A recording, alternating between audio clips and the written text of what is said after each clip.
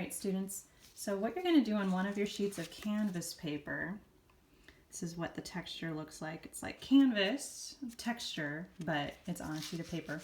I want you to divide your paper up into 3-inch squares, just like you did with your watercolor techniques. And you're going to label them. I'll have these names on your Google Slides PowerPoint. And I just did a quick little background and on each square, and I let it dry. This is going to help make the techniques more visible. And it's also going to look better because then you won't have the white canvas showing through when you do your techniques. So the first one I'm going to do is wet and wet. I find it easier to do in a large space with my big square brush. I'm going to start with just white on the bottom. You can do any colors you want. It will work better with analogous colors. So that means colors that are next to each other on the color wheel. And then I'm going to take some of this yellow orange on the top.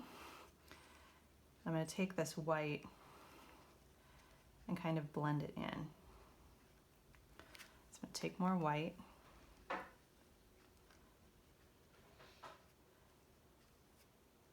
Have it cover the area. I'm going to take that yellow orange again while the white is still wet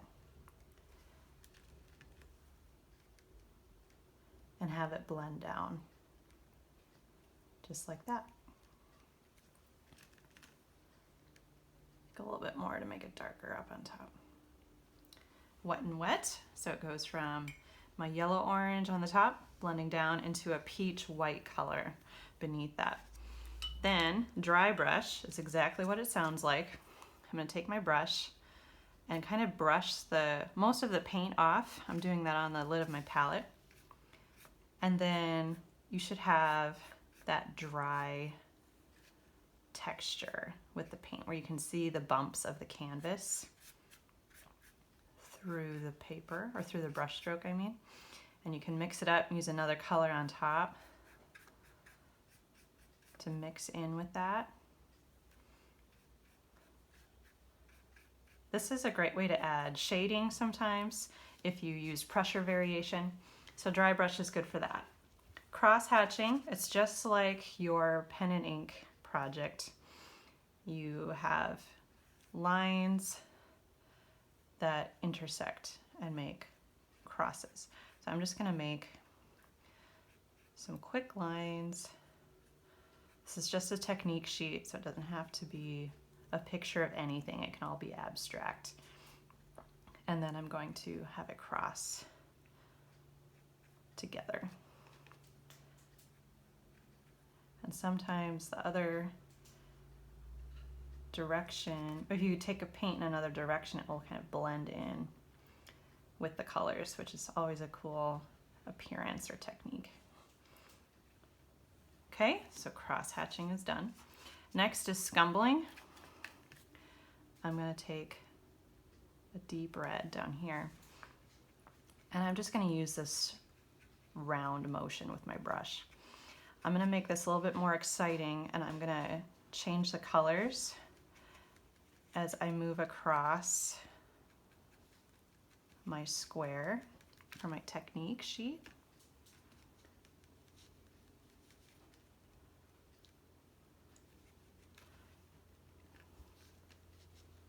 Scumbling. This might be better with a smaller brush, but I'm going to try to use this brush as much as possible, just because I don't want to have to wash too many brushes, because it's just the technique sheet. Scumbling is done. Next, I'm going to do long fluid strokes. So I always try to think of Vincent van Gogh and his Starry Night. A lot of his paintings have those long brush strokes. And I love how different colors kind of blend together. Again, this looks best if you use analogous colors. If you use orange and blue, it's going to turn into a nasty brown, just like when you mix them. If you accidentally get them to touch somewhere, and then that ends up looking nasty. So try to use analogous colors. Stick to just the warm or cool colors in one technique sheet. Short strokes, you're going to think more like Claude Monet. So shorter strokes. Again, I'm not really trying to make it look like anything. This is just kind of an abstract practice where I'm using my short strokes, getting some of the colors to blend as I go over them.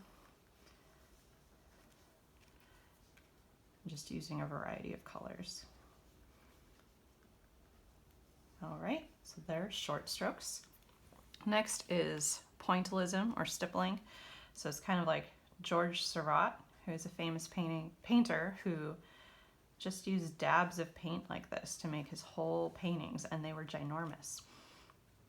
So if you've studied George Seurat in aesthetics yet, or remember some of his artworks from elsewhere, this is kind of who I'm going after. Or if you remember stippling from your pen and ink technique sheet.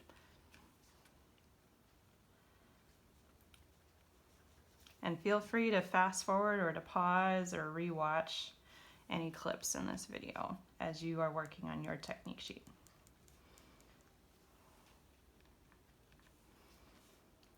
And of course you can change the direction of your brush a little bit too, if that's what you want to do. But you don't want it to look too much like the short strokes. You definitely want it to be its own unique technique, because this is pointillism or stippling. All right, now for glazing. Glazing is when you use some water to thin out your paint. I'm gonna do a pressure variation kind of thing. So I'm gonna start with some red on this side. I'm going to wash my brush, try to get all the paint off of it, and I'm just going to go over the top, kind of like watercolor. The cool thing with acrylic is if you water it down enough, sometimes you can get it to act like watercolor.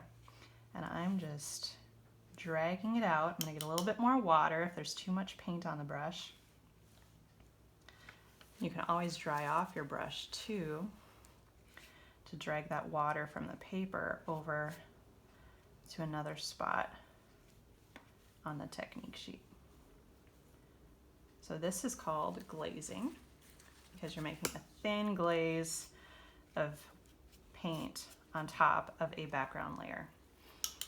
That is glazing. Impasto is a fancy word for thick paint. So I'm just gonna lay it on here. Really thick application of paint. If you ever look at a Vincent van Gogh painting in person and you look at the paint layers, you can see like little mountaintops from the oil paint and the cracks that dried in the paint because it was so thick. This is called impasto.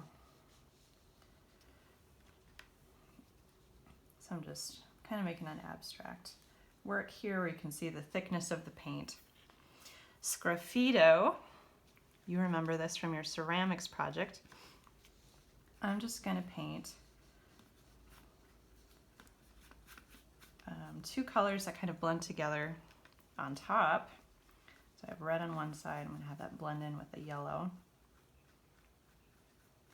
Nothing crazy. And then taking the end of my brush, I'm going to go in and scratch away.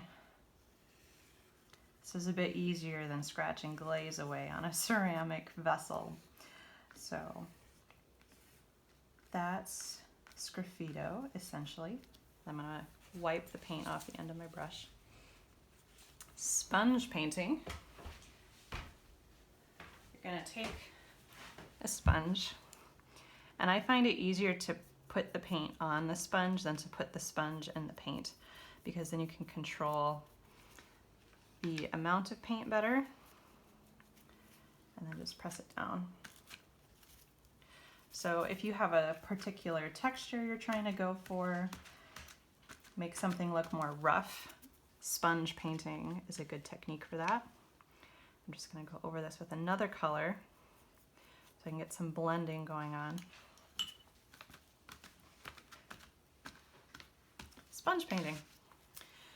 And then the last technique is palette knife. So I'm going to take my palette knife, I'm going to take a color, doesn't matter what color, and just kind of play around with picking up the paint and spreading it. scraping some of it away and spreading it. Some artists use nothing but a palette knife to make their paintings. I am not one of them. Palette knife is not my favorite technique, but if you've watched Bob Ross videos before, you can see how they can be used with really great success for certain techniques. So that's the basic directions for your technique sheet. When you make your acrylic painting on your canvas, I want you to use 3 of these techniques, just 3.